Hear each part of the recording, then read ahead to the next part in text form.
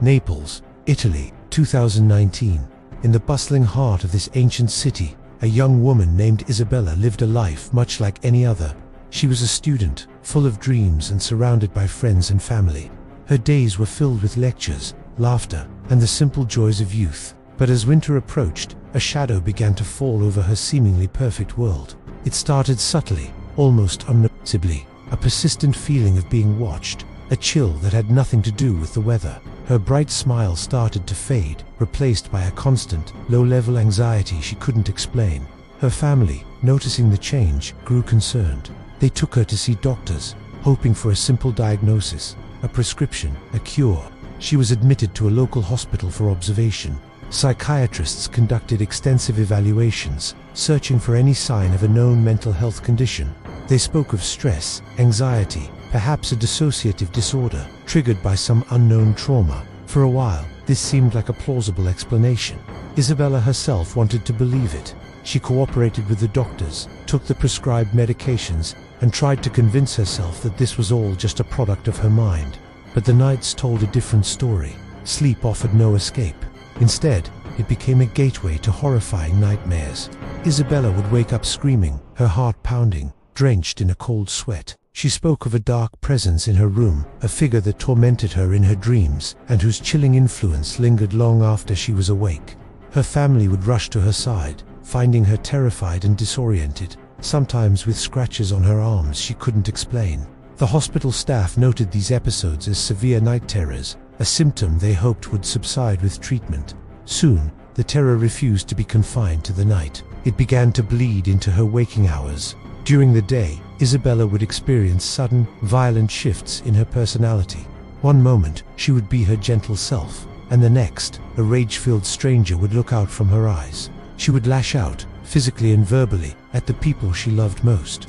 Her voice would change, becoming deep and guttural, spitting words in languages she had never learned.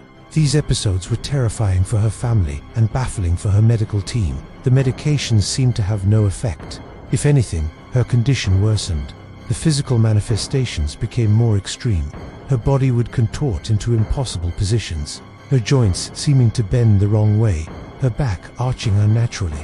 Doctors were stunned, unable to find any physiological cause for these convulsions. They were witnessing something that defied their medical textbooks, something that seemed to belong to a darker, older world. The sterile scientific environment of the hospital felt increasingly inadequate to explain what was happening to Isabella. She was losing weight rapidly, her eyes sunken and haunted. The light within her was dimming, overshadowed by an inexplicable darkness. Desperate and feeling abandoned by modern medicine, Isabella's devoutly Catholic family made a decision that would change everything. They reached out to the local diocese, convinced that what was afflicting their daughter was not of the mind or body, but of the soul. They believed Isabella was the victim of a demonic possession. The church, cautious and methodical, listened to their story. After a thorough investigation and reviewing the baffling medical reports, they agreed to assign 2 experienced priests to perform the rite of exorcism. The family requested that a medical observer be present, hoping to bridge the gap between their faith and the skepticism of the scientific community. The exorcisms were conducted in a small, consecrated room in the family's home. The atmosphere was thick with tension. The priests, armed with their crucifixes, holy water, and prayer books, began the ancient ritual. As they prayed, Isabella's demeanor transformed. Her body thrashed violently, restrained by her father and brother. A voice, not her own, erupted from her throat, a chorus of deep, menacing growls and high-pitched shrieks. It mocked the priests, cursed them, and revealed intimate details about their lives that it had no way of knowing. It spoke in Aramaic and Latin, ancient languages Isabella had never been exposed to. The medical observer, a psychiatrist who had treated Isabella, watched in stunned silence, his scientific certainty crumbling with every passing moment. When the priests presented a crucifix, Isabella recoiled as if struck, her skin blistering at its touch. When they sprinkled holy water, she screamed in agony, as though burned by acid. The entity, or entities, speaking through her claimed to be legions, ancient evils that had found a home in this young woman's body. The sessions were grueling, lasting for hours, draining the strength of everyone in the room, especially Isabella. Week after week, the battle for Isabella's soul raged on. The priests were relentless, their faith an unwavering shield against the torrent of darkness. They chanted the litanies, commanded the entities to reveal their names, and invoked the power of their faith to cast them out. Slowly, painstakingly, something began to shift. The periods of lucidity, where the real Isabella would surface, gasping and weeping, grew longer. She would whisper her thanks to the priests before the darkness would pull her back under. It was a war of attrition, a test of endurance for both the physical and the spiritual.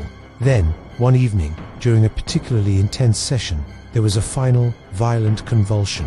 An unearthly scream tore from Isabella's lungs, the sound of pure rage and defeat that seemed to shake the very foundations of the house. And then, silence, a profound, peaceful silence. Isabella's body went limp. For a terrifying moment, her family feared the worst. But then her eyes fluttered open, and for the first time in months, they were her own. The haunting, malevolent presence was gone. She looked at her family, her face stained with tears, and whispered, "It's over." In the months that followed, Isabella began the long, slow journey to recovery. She was physically weak and emotionally scarred, with fragmented memories of her ordeal. She described the experience as being a prisoner in her own body, a helpless spectator to the horrors committed using her hands and her voice. The doctors who had once dismissed her case as purely psychological were left without answers. The documented evidence, the multiple voices, the knowledge of dead languages, the physical reactions to religious symbols, defied any conventional medical explanation. Today, Isabella has rebuilt her life. She carries the memory of her ordeal not as a source of fear, but as a testament to her survival. Her case remains a chilling account in the archives of the Naples diocese, a stark reminder of a world that exists just beyond the edges of our understanding. Was it a severe, undocumented form of mental illness that coincidentally responded to a religious ritual, or was it a genuine battle against a supernatural force, a glimpse into a reality that science has yet to acknowledge? The story of Isabella of Naples leaves us with no easy answers, lingering in the unsettling space between faith and reason, between the world we know and the darkness that may lie just beneath its surface.